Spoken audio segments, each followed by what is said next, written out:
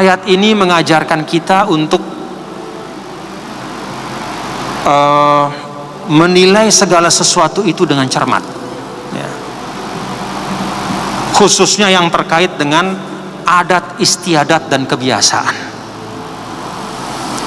Jadi Islam mengajarkan kita, bapak-bapak dan saudara-saudara, ya, bahwa adat kebiasaan, ya, yang namanya adat itu kan apa yang kita lakukan dan bagaimana kita melakukan, itu namanya adat, ya.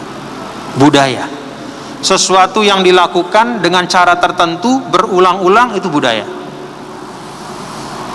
dalam makna yang luas. Pandangan Islam terhadap budaya itu, adat kebiasaan yang tumbuh berkembang di tengah masyarakat, itu dibagi menjadi 3 oleh ulama. Pertama, adat dan budaya yang memang nyata-nyata bertentangan dengan nilai-nilai agama, prinsip-prinsip syariat. Maka posisi dari agama Islam, tuntunan agama adalah eliminasi, dihapuskan. Nah, yang dihapuskan itu ada yang dalam 2 bentuk, sekaligus atau bertahap. Contoh, kebiasaan orang Arab untuk wa'dul banat, menanam anak perempuan hidup-hidup. Itu kebiasaan lama, berlaku ratusan tahun, karena dianggap anak perempuan itu tidak ada harganya. Dari mana manusia dihargai pada masa jahiliyah? Dari kemampuannya berperang. Karena perempuan itu tidak bisa naik kuda, main pedang, menombak musuh, maka dianggap tidak ada harganya. Karena itu dalam Al-Quran kan begitu, ya. Idza busyira ahaduhum bil unsa dhalla wajhuhu muswadda wa huwa kazim. Kalau diberitahu, Pak, udah lahir anaknya, laki perempuan, oh langsung iswadda, mukanya langsung jadi hitam, katanya Al-Quran. Mukanya jadi menghitam, artinya mukanya itu kecewa berat. Yatawara minal qaumi min su'i ma busyira bih, sembunyi malu dia dilihat oleh orang. Maka banyak yang kemudian akhirnya dikubur hidup-hidup perempuan. Ini adat budaya, jelas bertentangan dengan ajaran agama, maka dihapuskan. Dan dihapuskannya pun seketika, tidak pakai proses lama-lama, karena ini menyangkut nyawa. Kalau pelan-pelan dihapus, nanti lebih banyak lagi korban, gitu kira-kira. Ada juga yang bertentangan tapi dihapusnya pelan-pelan. Seperti apa? Minum minuman keras. Dulu pada masa jahiliyah itu, ya, bahkan pada masa awal Islam, ya, pada masa awal Islam sudah datang Islam nih. Sebelum diharamkannya minuman keras, itu yang namanya minuman keras, tidak ada rumah di Mekah kecuali di dalamnya ada minuman keras. Tidak ada tempat tidur kecuali di kolongnya itu ada minuman keras. Dan bahkan itu bertahan sampai ke Madinah juga begitu, ya. Sehingga ketika turun suratul Maidah itu, fajtanibuh, maka jauhilah, lalu kemudian semua memecahkan minuman keras tuh. Kata para sahabat, sampai minuman keras itu menyentuh mata kaki kami, saking banyaknya. Jadi di jalan itu, apa bahasa kita tuh, belabur sama arak, sampai mata kaki banjir. Bukan air hujan, tapi minuman keras. Nah, karena adat ini sudah sangat lama dan sudah merasuk ke dalam seluruh aspek kehidupan, maka dihapuskannya itu perlahan, bertahap oleh Allah. Kan itu ada dalam Al-Quran, ya. Mulai dari tahapan pertama adalah apa? Fihima ismun, wa manafi'u linnas wa ismuhuma akbaru. Nah, mereka bertanya tentang berjudi dan minuman keras. Wahai Muhammad, katakanlah, di dalam 2 perbuatan itu ada dosa, ada kejahatan. dan memang ada juga beberapa manfaatnya, tapi kemudaratan dan kejahatannya itu lebih besar. Nah, mulai diajak berpikir, apa kebaikannya minuman keras dan judi itu? Ya, minuman keras itu kebaikannya artinya bisa jadi bisnis, ada untungnya kalau diperjualbelikan. Tapi ismuhuma akbaru, nah, dosanya lebih besar. Maka mulai orang berpikir. Tahap kedua, la taqrabus sholata wa antum sukaro. Jangan kamu mendekati sholat kalau lagi mabuk. Maka terpaksa 5 kali sehari orang-orang yang mabuk itu kalau sudah dekat waktu sholat dia buang, ya, jangan sampai dia teler pas lagi sholat itu. Kita bayangkan coba. Jadi dia buang, katakanlah setengah jam sebelum sholat. Artinya apa? 5 kali sehari mereka itu akhirnya terkondisikan menjauhi minuman keras cara Islam. Lalu kemudian barulah fajtanibu, diminta untuk menjauhi sama sekali. Nah, akhirnya barulah kemudian itu proses. Jadi adat budaya yang bertentangan dengan prinsip-prinsip agama, ya bertentangan dengan nilai-nilai Islam itu, posisi Islam apa? Dihapus seketika maupun bertahap. Ya. Yang kedua, adat kebiasaan yang sebenarnya mengandung nilai yang mulia, tetapi ada penyimpangan di dalamnya. Apa contohnya? Nusratul qabilah, membela keluarga atau membela suku zaman dulu. Zaman jahiliyah itu kalau ada anggota suku itu melakukan suatu kezoliman, katakanlah membunuh orang, lalu dia kembali ke sukunya, maka dia akan dilindungi oleh sukunya itu. Sehingga kalau keluarga dari yang dibunuh itu datang, dia akan berhadapan bukan kepada satu orang, kepada semua. Akhirnya bisa perang suku. Istilahnya, pokoknya ini keluarga, mau jahat, mau bunuh orang, mau apa, kita akan bela sampai tetes darah terakhir. Nah, ini diluruskan oleh Islam. Ya, jadi ditadil, direvisi, ya, dievaluasi, direvisi dan dikoreksi. Maka Islam mengajarkan boleh dan bagus kalau kita menolong saudara, ya. Tetapi harus dengan cara yang baik. Kalau saudara kita itu memang benar-benar dizolimi, maka boleh kita bela dengan nyawa. Kalau dia dizolimi, dengan kehormatan kita jaga, kita bela. Tapi kalau saudara kita itu menzolimi, maka bukan begitu caranya membela. Caranya membela adalah kalau dia belum berbuat zolim, cegah dia, jangan dibiarkan. Kalau dia sudah kedung berbuat zolim, maka tegakkan hukum dengan keadilan. Nah, jadi budaya yang berkembang di tengah masyarakat, ya, terkait dengan membela teman, membela suku, itu dimodifikasi oleh Islam, diluruskan, tidak dihapus, dikoreksi. Ada juga, yang ketiga, budaya yang mengandung nilai yang baik dan juga caranya itu tidak bertentangan dengan tuntunan agama. Maka terhadap budaya yang seperti ini, Islam mengakuinya dan bahkan memperkuat maknanya, diperkuat oleh Islam.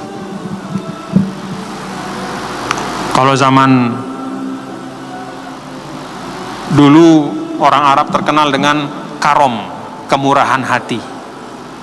Orang Arab itu zaman dulu rumahnya tidak terkunci, istilahnya. Siapapun orang yang mau masuk untuk mengambil air minum, mengambil makanan, dipersilahkan. Kalau musim haji, orang-orang kaya Arab itu memotong ontanya, sapinya, kambingnya, dan dihidangkan kepada siapapun, kenal tidak kenal, dikasih makan. Di depan rumahnya itu ditaruh bong, nah, ceret air untuk orang minum siapapun. Memuliakan tamu. Ketika Islam datang, adat dan budaya ini diakui oleh Islam, bahkan ditambah kemuliaannya.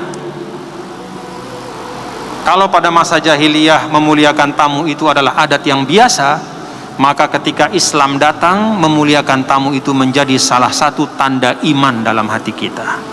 Man kana yu'minu billah wal yaumil akhir falyukrim dhaifahu. Siapa yang beriman kepada Allah dan hari akhir, maka dia hendaklah memuliakan tamu. Nah, ini prinsip tuntunan Islam.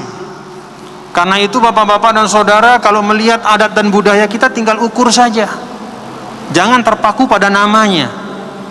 Karena nama itu bisa beda-beda antara satu tempat dengan tempat yang lain. Tapi kalau esensinya adalah sesuatu yang baik, maka tidak masalah. Silahkan ditradisikan. Di Indonesia ada kata gotong royong. Apa itu gotong royong? Kan tidak ada zaman Nabi kata gotong royong. Iya, kata gotong royong tidak ada. Tapi apa isi gotong royong itu? Bekerja bersama dalam kebaikan. Oh, berarti bagus. Itu Islami. Gotong royong itu Islami.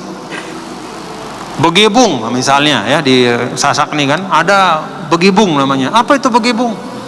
Oh, begebung itu adalah makan bersama-sama berjamaah. Oh, itu Islami.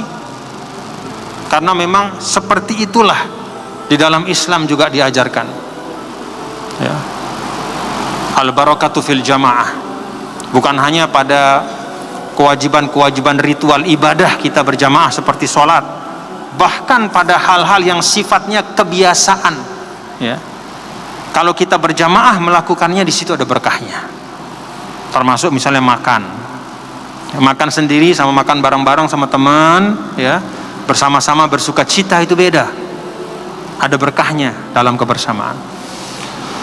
Nah, jadi ayat ini mengajarkan kita ya, pada saat sahabat itu merasa, aduh, ini kok sama dengan perbuatan pada masa jahiliyah. Oh, hati-hati. Nah, diingatkan oleh Al-Quran ya, itu bukan termasuk perbuatan jahiliyah. Itu adalah warisan dari agama Ibrahim. Itu bagian dari tauhid ya. Dengan kata lain, ayat ini juga adalah satu pengingat dari Allah Subhanahu wa taala kepada kita semua. Kan kita ini hidup bermasyarakat ya. Jadi kalau kita lihat ada kebiasaan-kebiasaan, silahkan ukur dengan ukuran syariat. Kalau kebiasaan itu mengandung nilai-nilai yang baik ya, maka silahkan. Kalau kebiasaan itu niatnya baik, tapi ada sesuatu yang kurang baiknya itu hilangkan ya. Jangan perbuatannya itu langsung dianggap tidak baik ya. Kalau ada penyalahgunaannya itu yang dihilangkan. Nah, jadi kira-kira paham kan ya, misalnya kalau ada pembicaraan bagaimana hukum wayang dalam Islam, mengerti kan ya dari apa yang saya sampaikan. Silahkan nilai bukan dari namanya, tapi apa sih hakikatnya.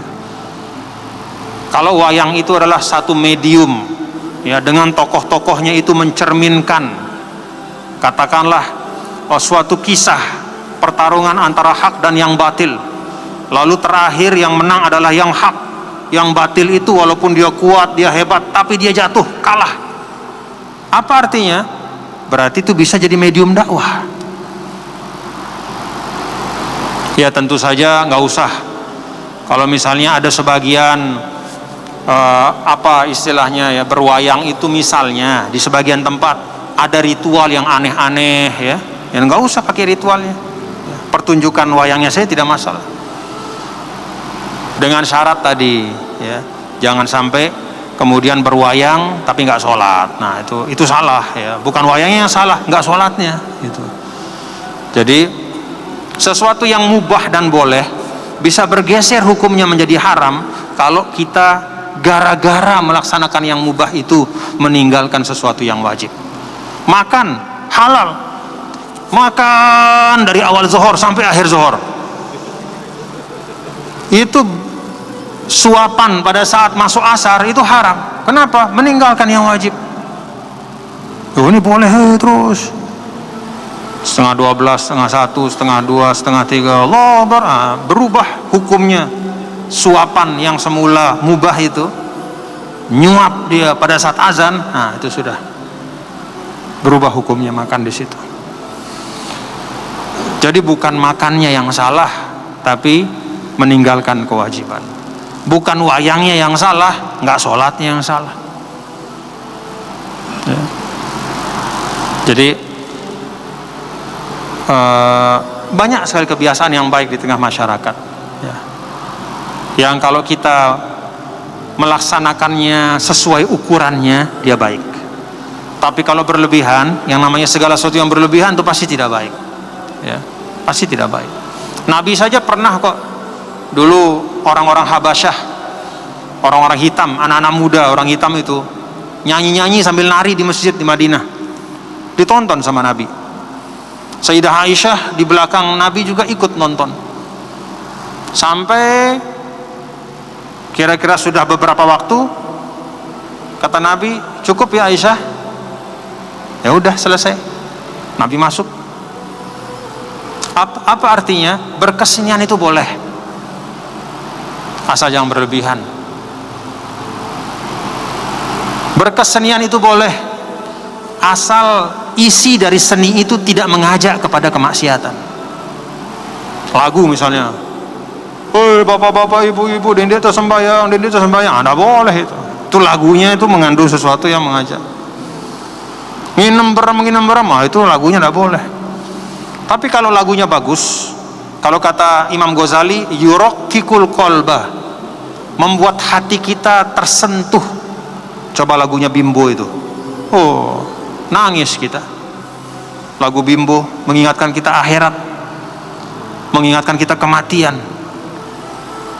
Bimbo dengan satu lagunya itu mungkin bisa menyentuh hati seseorang yang lebih baik daripada 1000 ceramah mungkin. Itu dakwah melalui lagu. Nah, jadi bapak-bapak saudara, melihat budaya yang berkembang di tengah masyarakat itu tidak boleh dengan kacamata kuda. Pokoknya budaya berarti bertentangan dengan Islam, minggir. Pokoknya Islam yang namanya budaya, minggir. Gak boleh. Nabi sendiri sayang sama budayanya. Kenapa Nabi pakai jubah, pakai gamis itu? Ya karena itu budaya orang Arab. Bahkan dulu Nabi, nah ini saudara-saudara ya, adat dan budaya antara Mekah Madinah itu beda.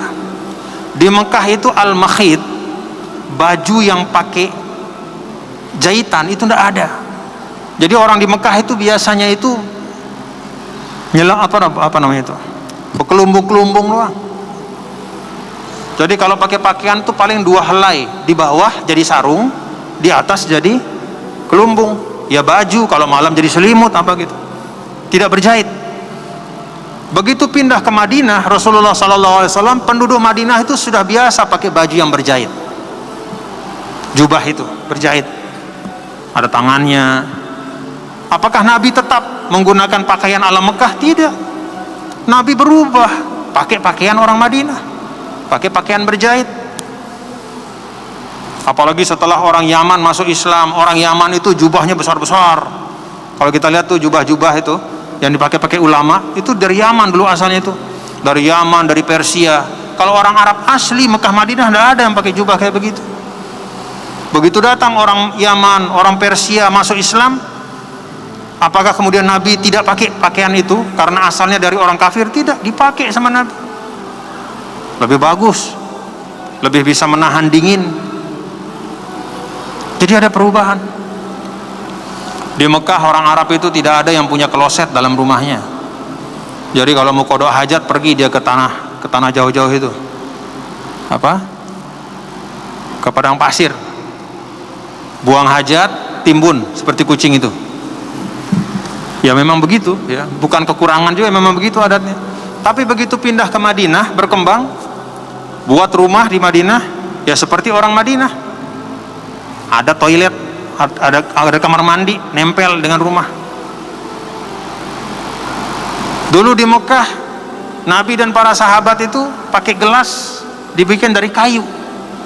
Begitu pindah ke Madinah, tidak lama kemudian, karena Madinah itu banyak pusat, banyak orang datang dari mana-mana, mulai dikenal gelas pecah belah dipakai oleh para sahabat.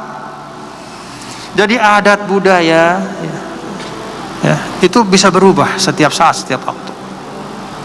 Termasuk stempel Nabi. Itu Nabi kan dulu tidak pernah punya stempel.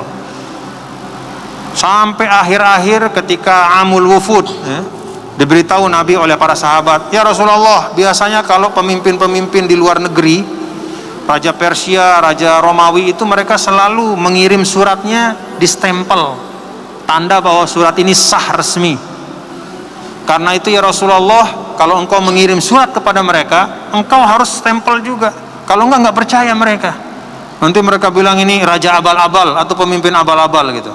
Akhirnya apa? Nabi bikin stempel. Tulisan di stempel itu Muhammad Rasulullah. Jadi Islam itu menerima perubahan adat dan budaya, kebiasaan, selama dia tidak bertentangan dengan prinsip-prinsip agama. Justru karena sifat Islam yang bisa menerima budaya-budaya yang baik, maka Islam bisa menyebar kemanapun di dunia. Jadi Islam tidak ngurus mau pakai jubah, mau pakai celana, mau pakai sarung, tidak diurus sama Islam. Yang diurus apa? Tutup aurat. Udah itu. Mau namanya jubah, mau namanya sarung, mau namanya apa lagi, segala macam. Yang penting tutup aurat. Udah itu ukuran. Makan juga, mau makan apa? Mau makan seafood, mau makan vegetarian, mau makan daging sapi, kambing, silahkan, selama tidak haram dan tidak berlebihan. Udah, sesuaikan. Nabi pernah pergi, dihidangkan dop, semacam biawak itu. Nabi agak begini. Sahabat nanya, haram ya Rasul? Saya nggak makan karena saya nggak tahu ini apa. Saya nggak biasa makan ini.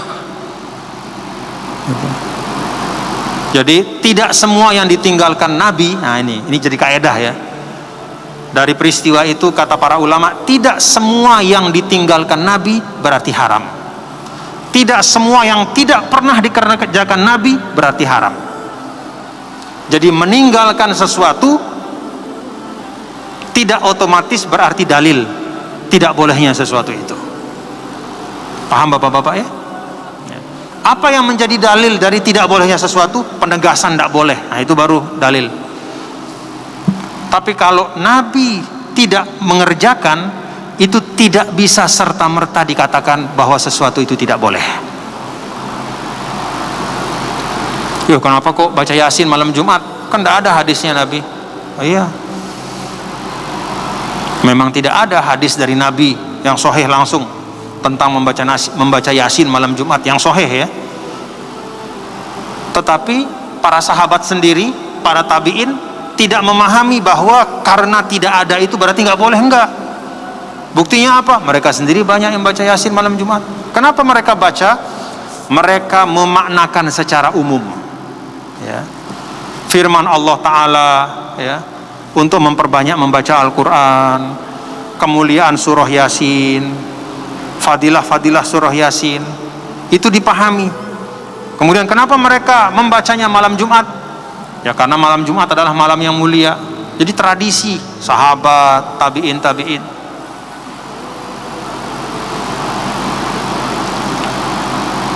Nah kita kembali ya, seperti itu Islam memandang budaya ya. Jadi apapun nama budaya itu, isinya apa?